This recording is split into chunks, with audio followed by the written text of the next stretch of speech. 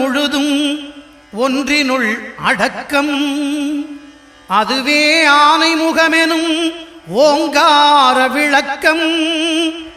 சுழலும் கோள்கள் அவன் சொல் கேட்கும். அவனை தொழுதால் போதும் நல்லதே நடக்கும். ஆனை முகனை தொழுதால் நவக்கிரகங்களும் மகிழும்.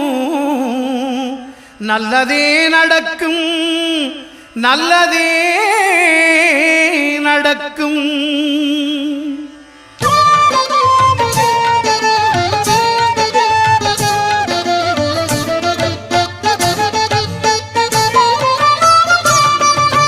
ஒன்பது கோளும் ஒன்றாய் காண